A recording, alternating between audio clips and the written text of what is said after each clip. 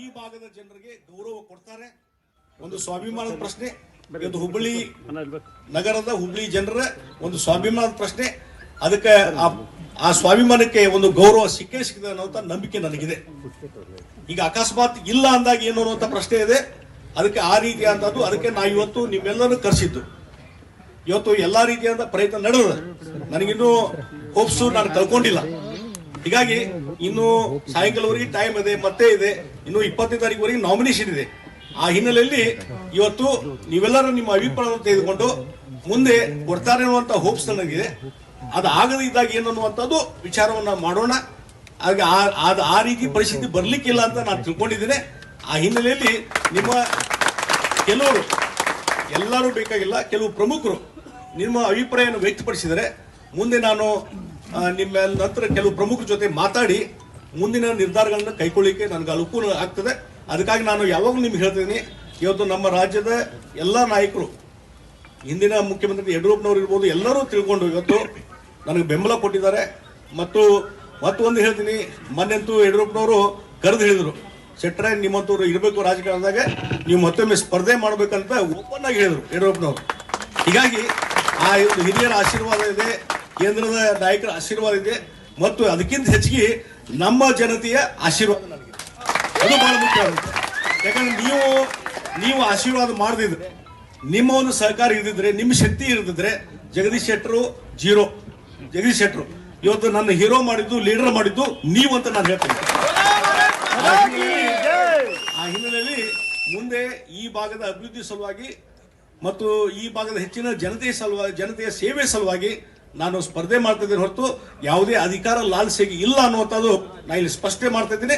ಆ ಹಿನ್ನೆಲೆಯಲ್ಲಿ ದಯವಿಟ್ಟು ಒಂದು ಯಾರನ್ನೂ ನಂಗೆ ನರೇಂದ್ರ ಮೋದಿ ಅವ್ರ ಬಗ್ಗೆ ಬಹಳ ಒಂದು ಗೌರವ ಇದೆ. ನಮ್ಮ ದೇಶದ ಪ್ರಧಾನಮಂತ್ರಿ, ಇಡೀ ದೇಶದ ಚಿತ್ರಣವನ್ನು ಬದಲಿ ಮಾಡಿದಂಥ ವ್ಯಕ್ತಿ ನರೇಂದ್ರ ಮೋದಿಜಿ. ಇಡೀ ದೇಶದ ಜಗತ್ತಿನಲ್ಲಿ ಒಂದು ದೇಶಕ್ಕೆ ಗೌರವ ಕೊಡುವಂಥ ಕೆಲಸವನ್ನು ಅವ್ರು ಮಾಡಿದ್ದಾರೆ. ಅದೇ ರೀತಿ ಇವತ್ತು ಅಮಿತ್ ಶಾ ಅವರು ಕೇಂದ್ರ ಗೃಹ ಮಂತ್ರಿಯಾಗಿ ಉತ್ತಮವಾದಂಥ ಕೆಲಸವನ್ನು ಮಾಡ್ತಾರೆ. ಮತ್ತು ನಡ್ಡಾಜಿ ಅವರು ನಮ್ಮ ರಾಷ್ಟ್ರೀಯ ಅಧ್ಯಕ್ಷರು, ಅವರೆಲ್ಲರಿಗೂ ನಾನು ಗೌರವವನ್ನು ಕೊಡ್ತಾ ಇದ್ದೇನೆ.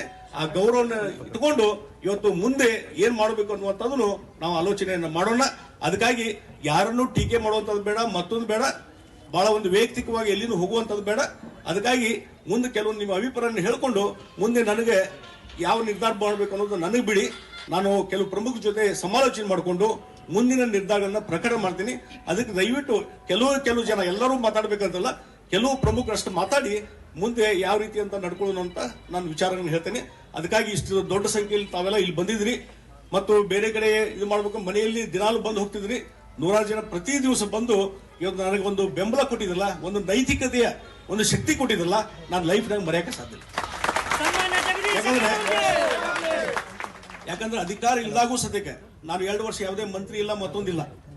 ನಾವು ನಿಮ್ಮ ಜೊತೆ ಒಂದು ಸಂಪರ್ಕ ಇಟ್ಕೊಂಡು ನಿಜವಾಗಿ ಒಂದು ಜನಪರವಾದ ಕಾಳಜಿಯನ್ನು ಮಾಡಿದ್ದೇವೆ.